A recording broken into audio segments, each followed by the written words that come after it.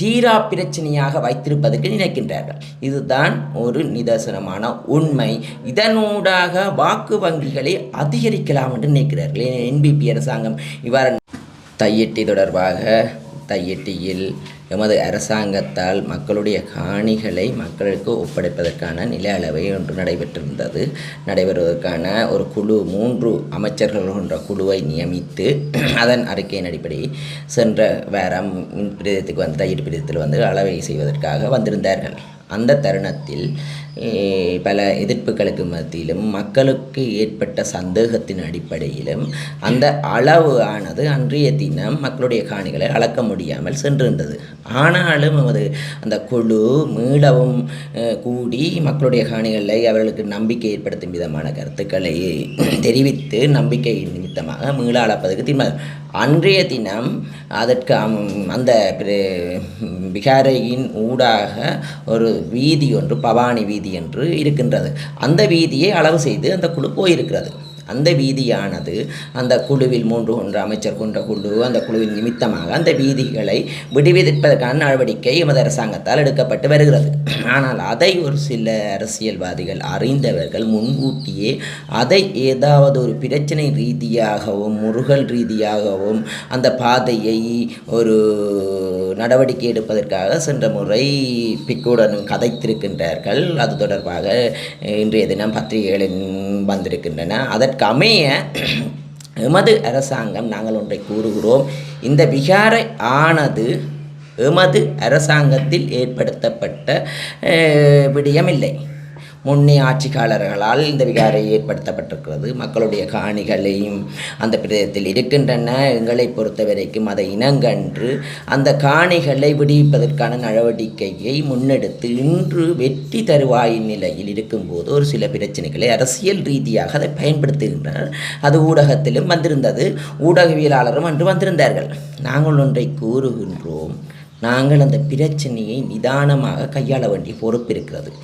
அந்த வகையில் தென்பகுதியில் இருக்கும் இனவாத அரசியல்வாதிகளுக்கு இரத்தத்தை அவர்கள் மீளவும் அவர்களை இயங்கு நிலைக்கு கொண்டு வருவதற்கு இவ்வாறான செயற்பாடுகள் நடைபெறுமாக தென்பகுதியில் இருக்கும் அரசியல்வாதிகள் அதை வைத்து அரசியல் செய்வதற்கான சந்தர்ப்பத்தை இங்கிருக்கும் ஒரு சில அரசியல்வாதிகள் ஏற்படுத்துகின்றார்கள். ஒரு சந்தேகமாக இருக்கிறது. அந்த வகையில் நாங்கள் தமிழ் மக்களுக்கு வினயமாக நாங்கள் கேட்பது என்னவென்றால், விகாரையை சூழ உள்ள காணிகளை நில அளவை செய்து மக்களிடம் ஒப்படைப்பதற்கு தான் நாங்கள் தீர்மானிக்கின்றோம். எந்த வகையிலுமே நாங்கள் சுயரிக்கும் நோக்கத்துடன் அந்த செயற்பாடை செய்யவில்லை. ஏனென்றால் எமது அரசாங்கமானது சுயரிக்கும் நோக்கத்தில் செய்யவில்லை. ஆணித்தனமாக்குறோம். சுயரிக்கும் நோக்கத்தில் செய்வோமானால் மக்கள் மீது இருந்த நம்பிக்கையை செயலிழக்கும். அந்த வகையில் நாங்கள் ஒன்றை கூறுவோம். இந்த நிலங்கள் அனைத்துமே மக்களிடம் ஒப்படைப்பதற்கான அன்றைய தினம் தோல்வி கண்டிருக்கிறது. ஆனாலும் அதில் ஒரு சில காணி உரிமையாளர்கள் எங்களுடன் கதைத்திருக்கிறார்கள். KKS பிரதேச அமைப்பாளருடன் கதைத்திருக்கிறார்கள். மீளவும் இதை எவ்வாறாவது அவருடன் இனங்கண்டு எதிர்வருங்காலத்தில் அதுக்கான நடவடிக்கை எடுக்கின்றோம் என்று மக்களுக்கு கூறுகிறோம். ஒரு சில அரசியல் நோக்கத்திற்காக இந்த விகாரை பிரச்சனையும் விகாரை உள்ள காணிகளையும் தீரா பிரச்சனையாக வைத்திருப்பதற்கு நினைக்கின்றார்கள். இதுதான் ஒரு நிதர்சனமான உண்மை. இதனூடாக வாக்கு வங்கிகளை அதிகரிக்கலாம் என்று நினைக்கிறார்கள். என்பிபி அரசாங்கம் இவ்வாறு நடவடிக்கை தோல்வி கண்டிருக்கிறது.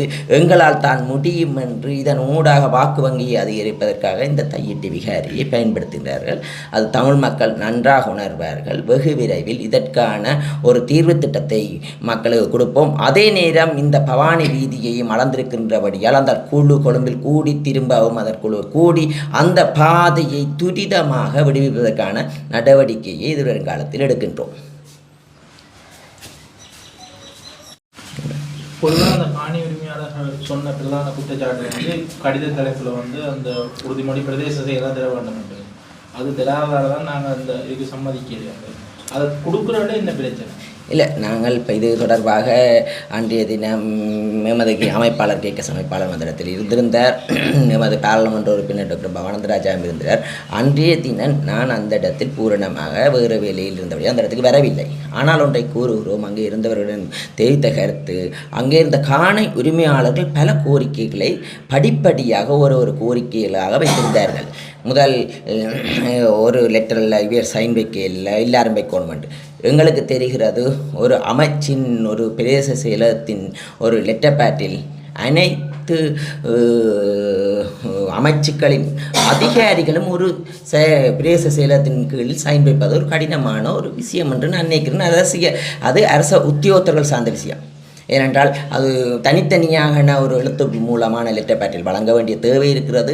அதனால் அன்றைய தினம் ஒரு பொதுப்படவாக அதற்கான ஒரு லெட்டர் பேட்டில் எழுதிவிட்டு கீழில் கடைசியாக இறுதியாக எமது செயலாளரின் கையொப்பம் இட்டு அவர்கள் பிராங்கிட்டு வழங்கியிருந்தார்கள். அவர்கள் அதை நம்பவில்லை.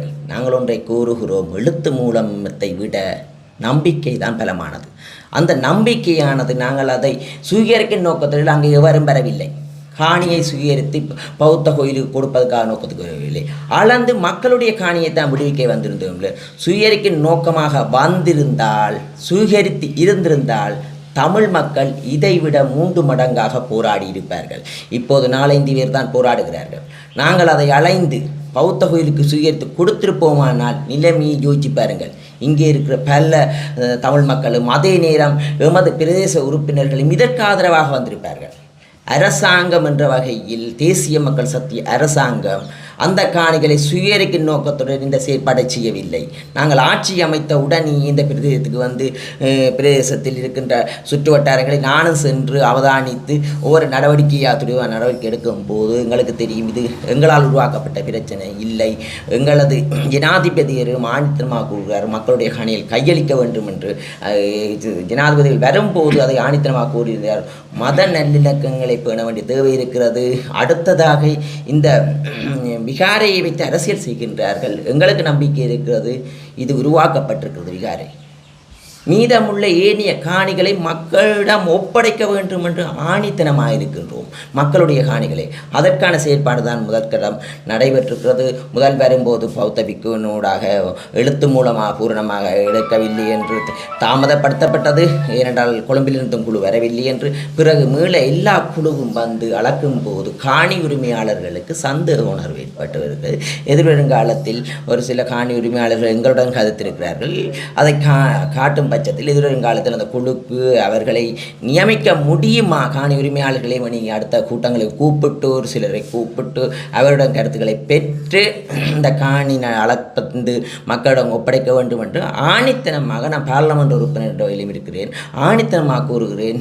இப்போ அளந்த வீதியை துரிதமாக பவானி வீதியை துரிதமாக விடுவிப்பதற்கு நாங்கள் நினைக்கிறோம். ஆனால் ஒரு சிலர் அதை தெரிந்து கொண்ட அரசியல்வாதிகள் வலுக்கட்டாயமாக நுழைந்து நாங்கள் பாதைகளை விடுவிக்கலாம் என்று நினைக்கின்றார்கள்.